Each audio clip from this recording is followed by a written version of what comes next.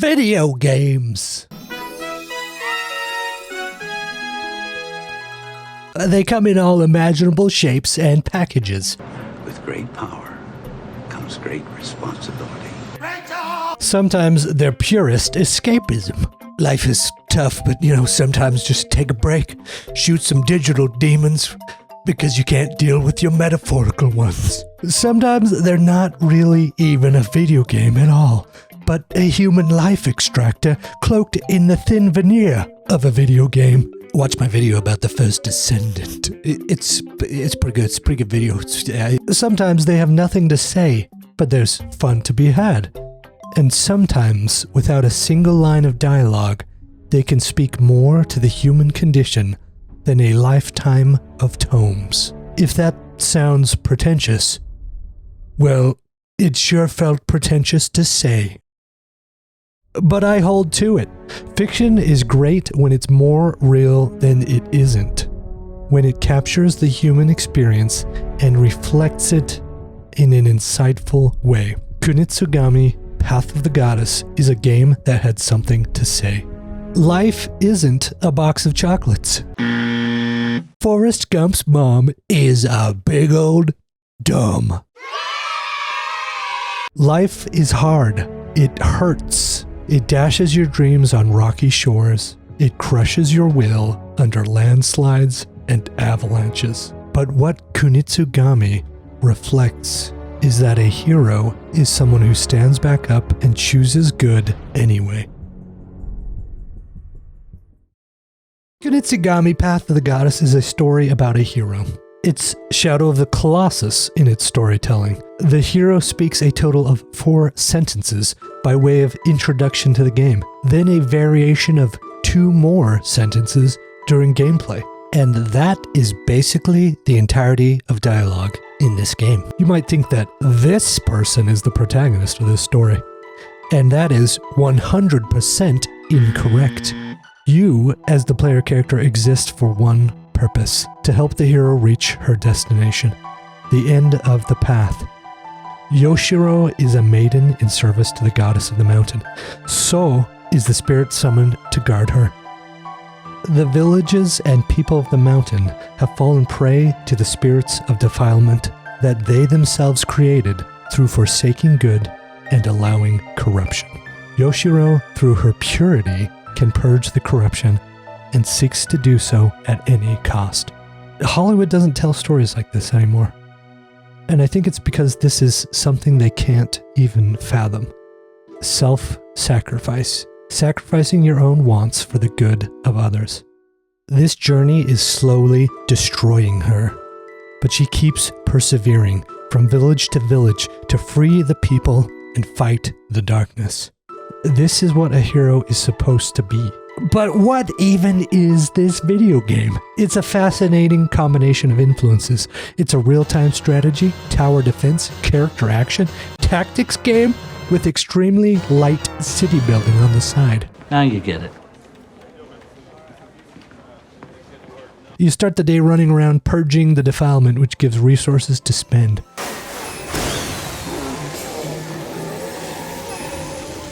I don't think I've mentioned this yet, but this game is freaky.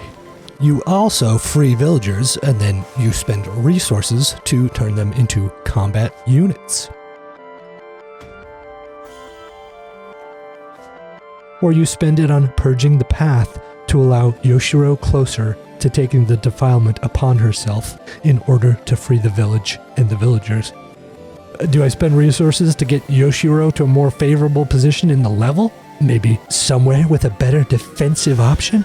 Or do I spend resources turning more villagers into better units? You gotta make choices, and you gotta make them fast, because the night is coming, and as soon as it lands, demons will come to destroy Yoshiro and rid the world of the hope of purity. It's a little stressful trying to hunt down resources, scout the map layout, and pick your unit composition all at the same time. And the game doubles down on this stressfulness with an incredible use of background ambiance. The closer you get to night, the more unhinged the ambiance becomes. God dang, it's so creepy. It's incredible. But seriously, Gabe, I'm trying to make choices here. Can you lay off the psychosis simulation for 1 second?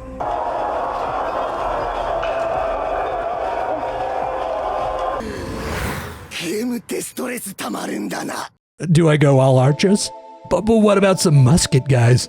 They're more expensive though, so I might not have enough resources. What if I fully upgrade this unit that usually just slows enemies, but its max upgrade makes it damage enemies as well? Now I just run it as a squad. That doesn't really work.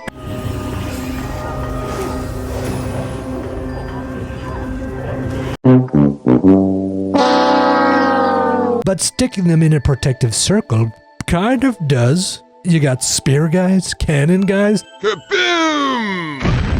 A big old sumo guy. Stick him in a strategic spot and he'll... Stick him in a stupid spot though and he's more like...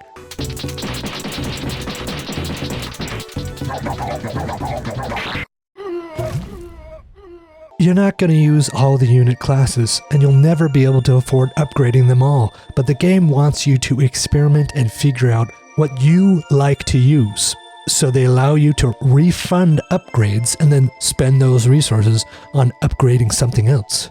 You know, which at first I was balking a little bit because then it removes that feeling of I spent and I invested in a build. Look at this build I've invested in. But it allows you the freedom to experiment, to try different unit options and combinations without being absolutely annihilated because you went 100% of your resources on axe guys and healers. But which actually would work pretty good. That would be a fairly good combination of guys. Do I buff So to be awesome? Or do I upgrade the units I like to be awesome? The game lets you choose. It gives you extreme freedom, which is interesting in a game about literally helping a girl walk a set-in-stone path. It's a precise and intense action game with 5-frame parry counterattacks.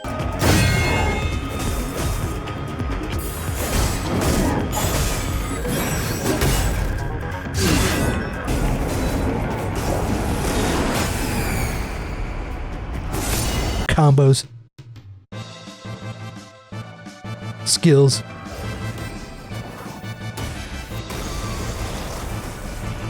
and it's a tactics game mixed with an RTS. And it all works. I'm running around scouring the landscape for resources and deciding things I can have the craftsman repair in my limited time, picking my unit composition and defense positions 1 minute, then I'm executing beautifully animated action game powers the next. It's like a game from another universe.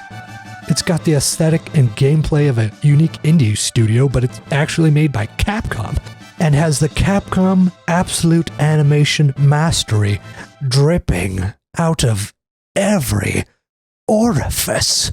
Does that help you to understand how beautiful it is? From dancing to dying, all of it is beautiful. It's like you're playing an incarnation of Japanese folklore. Even your basic attacking is a beautiful dance. Not to mention you can replace your attacks with literal dance.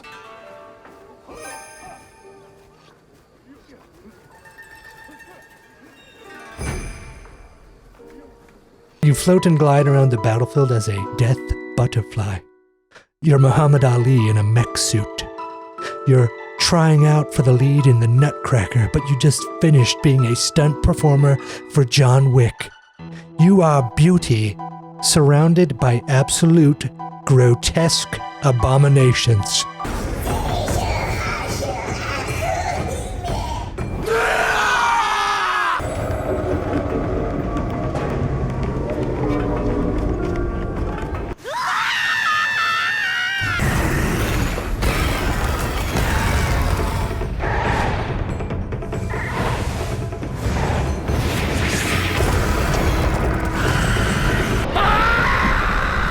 Ugh!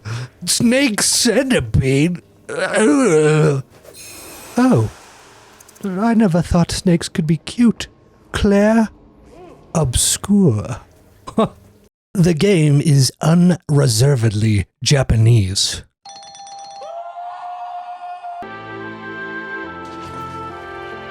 Here's a good example. The hirafugai appears in bodies of water to capsize the boats floating there.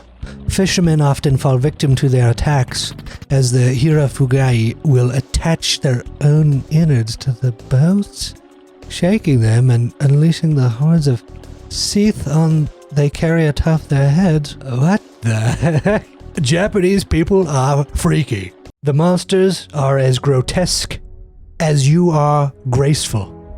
And that's the point. It's purity versus defilement, sin versus sanctity, the good in man versus the evil he can become and commit. These things are seriously freaky, though. This one isn't as freaky. What is it doing? Is it dancing? Oh, no. He went.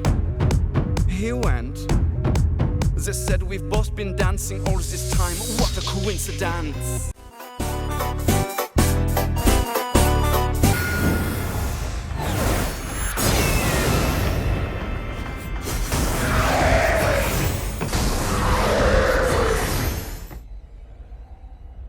There can be only one.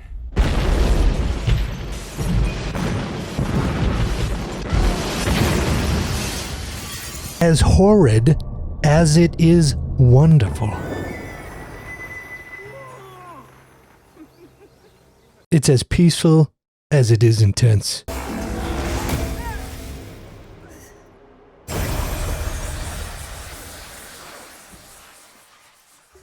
Every night you spend fighting in desperation to keep Yoshiro safe is tense and aggressive and stress-inducing.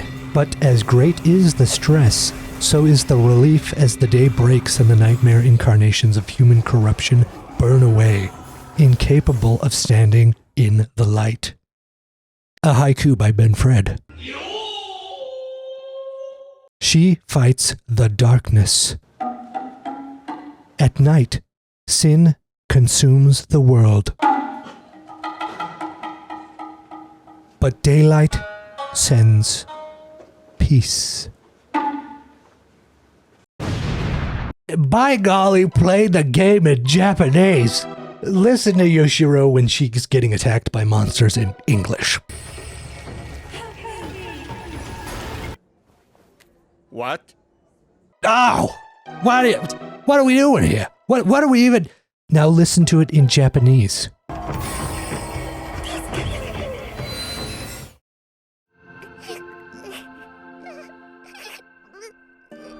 Play it in Japanese, you absolute gremlin. I know there's only like 6 lines of dialogue, but it's important that they're in Japanese. I'm that weird guy who is dramatic about his subs versus dubs take. In anime, I'm a 100% subs all the time kind of a guy. For multiple reasons. A lot of times the translation is bad, and it doesn't even make any sense. じゃあ俺は違うやつ流行らすわ。股関節。いや、流行ってねえのよ、下ネタ。It's kind of a long story. Oh, because I totally thought it was like that one meme. These nuts! Nut jokes are so out, I swear. These nuts. What are we even doing here? I get that this would have been a niche, culturally specific joke, but just give it to me how it is. And if I don't get it, that's fine. Don't just make up crap to put in its place. And when you're listening to dubs, a lot of times the voice performance just isn't nearly as good.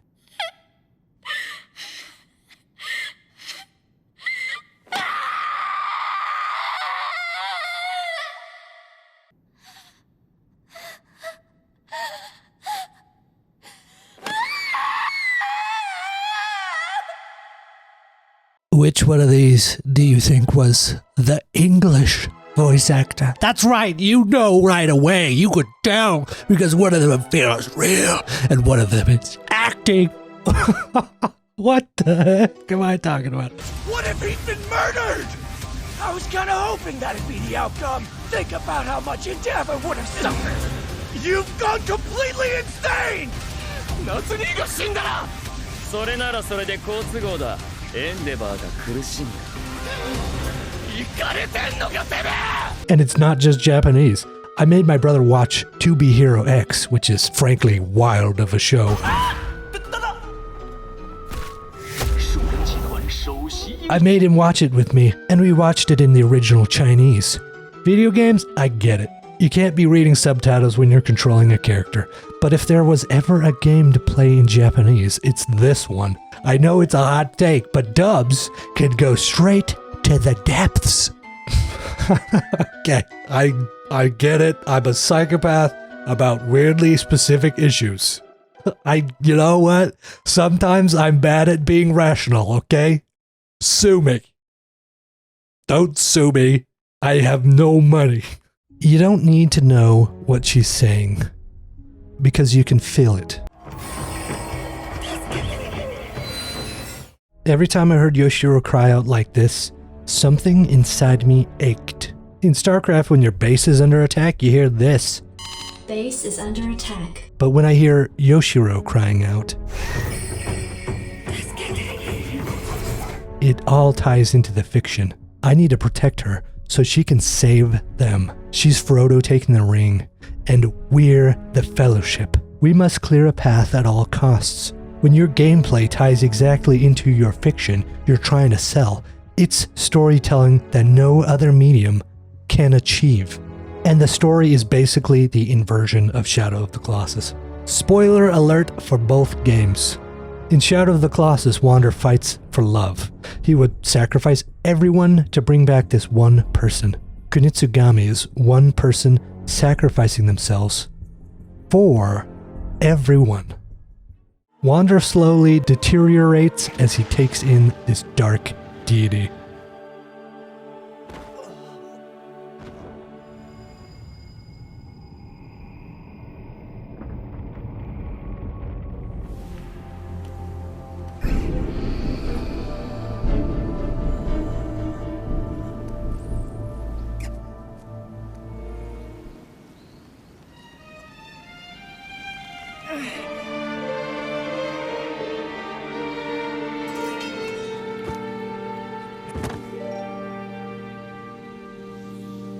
Until eventually he becomes a monster.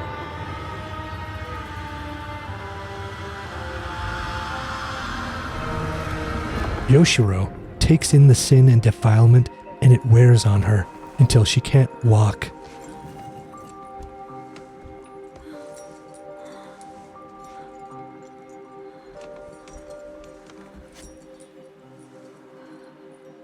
Now as she eats sweets the villagers leave for her, she can't even move her left arm.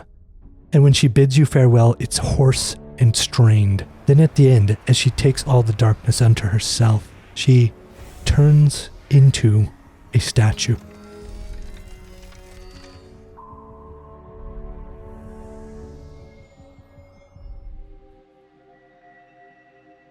And the people are free. I was absolutely moved by this story. There are only 4 intro sentences of dialogue.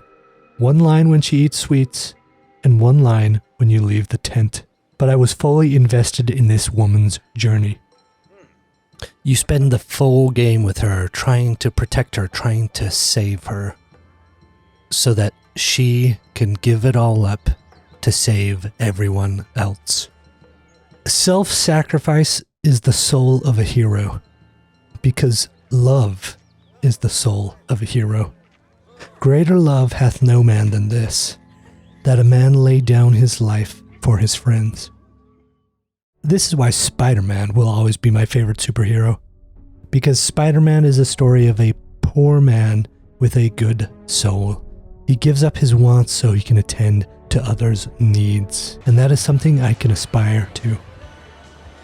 Gotta go. I'm sorry. You don't deserve this. I want stories that reflect a reality in myself I want to achieve, and sacrificing for the good of others is a universal truth. I loved Yoshiro's story. Beautiful animation, a unique and uncompromising cultural expression. Running forward with a group of men to hold back the darkness. This is an S-tier video game feeling. I like this game. I big like this game. It's crazy. This game lets you be as smart or as dumb as you are capable of being. Go all in on the action game, or literally just watch as your smart choice of units and positions wins the day. Or just turn all your units into ninjas who can teleport and literally chase the boss around. When I am ninja, he's ninja, she is ninja too. In an age where games don't dare to be different, Kunitsugami is unmitigated in its uniqueness. And it captured a universal human truth in a beautiful and graceful way. And you gotta run around with a bunch of ninjas.